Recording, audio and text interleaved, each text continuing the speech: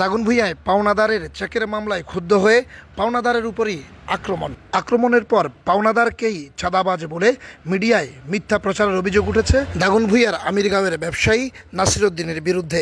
মানে মারামারির কথা বলছে, 10 লাখ টাকা চাঁদাবাজির কথা বলছে, এই ধরনের কোনো ঘটনা এখানে ঘটে নেই। আমার পাশে বসা উনি আমার আপন জ্যাঠাতো ভাই, ওনার নাম সালাউদ্দিন। উনি 2012 সালে এই দুইটা চেকের মাধ্যমে মানে নাসিরউদ্দিনকে 10 লাখ টাকা পে করে।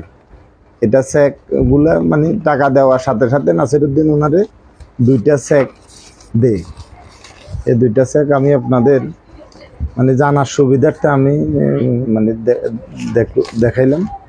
এখন বিষয় হয়েছে করোনার 2012 থেকে মানে যে টাকাটা উনি দেওয়ার কথা 10 লাখ টাকা উনি ব্যাংকে রাখলে যে টাকাটা ইন্টারেস্ট হিসাবে পাইতো তার থেকে একটু বেশি টাকা এস রহমান ফ্যাক্টরির মালিক নাসিরউদ্দিন সাহেব 10 লাখ টাকা মানে ওই ইন্টারেস্টের টাকা থেকে একটু বেশি টাকা দিবে বলে নেই ওনার থেকে।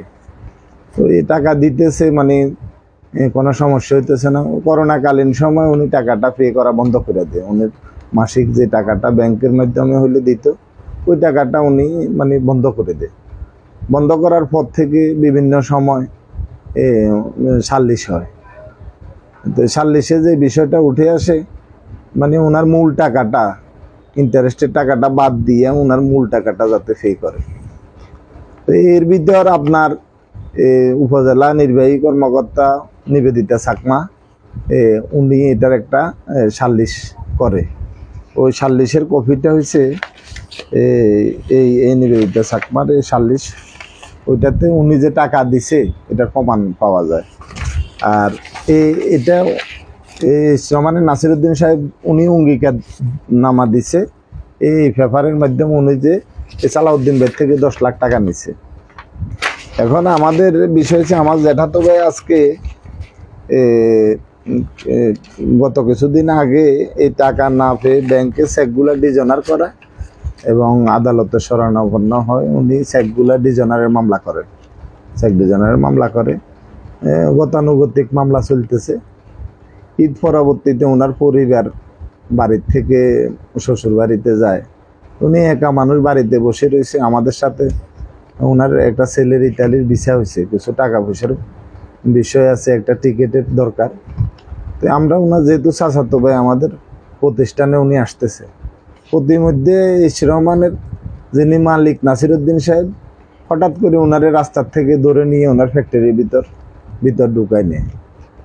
হয়তো এই লোকটা মনে করছে যে ওনারে যদি উনি চেকের মামলা করছে ওনারে কোনো রকম প্রতিবন্ধকতা সৃষ্টি করে গায়ে হাত তুলে মেরে যদি চেকগুলো হাতে নেওয়া যায় বা স্টাম্পটা নিয়ে নেওয়া যায় তাহলে উনি মামলার থেকে মনে হয় খালাস পাইব। এইরকম চিন্তার থেকে উনি ওনার গায়ে হাত তুলে ওনাকে মারধর করে। তো আমার এই ফাঁসে আমার স্টাফরা কাজ করতেছে, ওনারা বলতেছে যে আপনার যেটা তো বেড়ে মারতেছে। তো সাথে সাথে আমরা যাই নেই, আমাদের এই জায়গায় লোকজন ছিল, ওরা যাই দেখতেছে মানে ওনারে মারছে। কিছুক্ষণ পরে উনি আসি বলতেছে তোমরা এই জায়গায় বসে রয়েছ, এস রহমানের নাসিরউদ্দিন আমারে মারছে। আমরা যাই জিজ্ঞেস করতেছি, এখানে অনেক লোক ছিল, জিজ্ঞেস করতেছে যে আপনি ওনার গায়ে হাত তুললেন কেন, আপনি আমাদেরকে বলতে পারতেন সমস্যা কি, আমরা সবাই বসে এটা সমাধান করতাম। পরে উনি এই জায়গায় চিৎকার চেঁচামেচি করতেছে। আসলে বিষয়টা হয়েছে উনি চেকের মামলা পড়ার পরে উনি শঙ্কিত হয়তো অ্যারেস্ট হয়ে যাবে বা মনে করেন সামাজিকভাবে উনি অ্যারেস্ট হইলে ওনার সম্মানহানি হবে।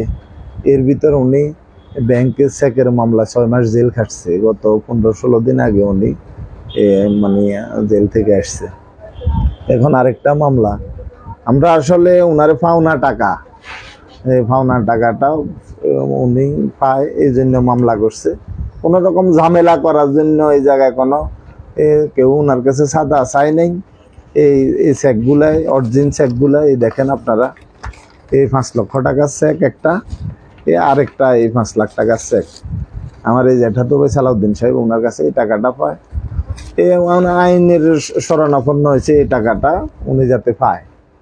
এখন এই বিবাদী শঙ্কিত নাকি ভয় পাই মানে ওনারে মানে যেভাবে হোক ওনারা আতঙ্কগ্রস্ত করে চেকগুলো হাতিয়ে নেওয়ার জন্য এই কাণ্ড কারখানা করতেছে, বলতেছেন সাদা দাবি করতেছে। এই ধরনের কোনো বিষয় না।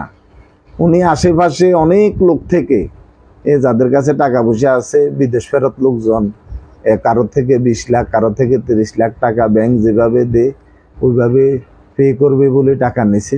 এর ভিতর হাজি মার্কেটের শাহ আলম ভাই একজন আছে, ওনার থেকে 30 লাখ টাকা নিছে। এই গত 2 দিন আগে ওনার ওই মানে সালিশ হয়েছে, সালিশের মাধ্যমে কথাবার্তা হয়েছে ওনার টাকাটা কিভাবে পে করবে। এটা আমার মনে হয় উনি মানসিকভাবে সমস্যায় আছে। এই লোকটা এরকম ছিল না। আচ্ছা যাই হোক, আমরা পাওনা টাকার জন্যই মূলত এই ঝামেলা। কোনো মানে ওনার সাথে কোনো বিবাদ সাদার কোনো বিষয় জায়গায় নেই।